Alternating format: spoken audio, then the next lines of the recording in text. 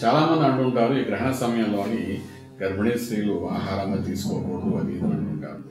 ఇక్కడ సైంటిఫిక్గా మనం చెప్పడం ఏంటంటే గ్రహణానికి 4 గంటల కాలం నుండి సూర్యకిరణాలు కానీ చంద్రకిరణాలు కానీ భూమి మీద పడుతున్నప్పుడు భూమి మీద తయారైన అంటే ప్రకృతి సహజంగా తయారైన ఆహార పదార్థాలు మనం తీసుకుంటున్నాం కాబట్టి ఆ కిరణాలు పడినప్పుడు ఆ కిరణాల్లో కొన్ని రేసు బలహీనంగా ఉంటాయి. దానివల్ల అంటే ఆహార పదార్థాల్లో మార్పు వచ్చే అవకాశం ఉంటుంది.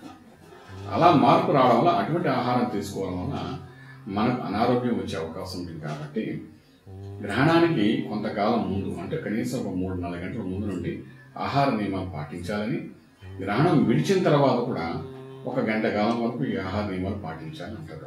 దాని ఉద్దేశం అంటే సైంటిఫిక్గా మన శరీరంలో ఎటువంటి మనం మంచి ఆహారం అనుకుంటాం కానీ అందులో కొంతవరకు దూషితమైన ఆహారం ఉంటుంది. దానివల్ల అనారోగ్యం అయ్యే అవకాశం ఉంటుంది.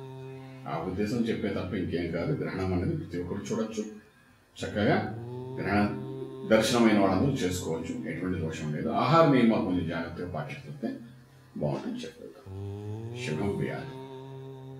పూర్తి వివరాలకు సంప్రదించండి Sri Vedamata Gayatri Jyotishalayam, Brahmasri Mantha Suryanarayana Sharma, lake view apartment, 4th floor, Chitrapuri colony, Khajaguda, Delhi public school ప్రక్కన, నానక్రామ్గూడ, హైదరాబాద్ 5,08,000. Phone numbers 8855559147, 8855559148, 9963267500, 9396772133.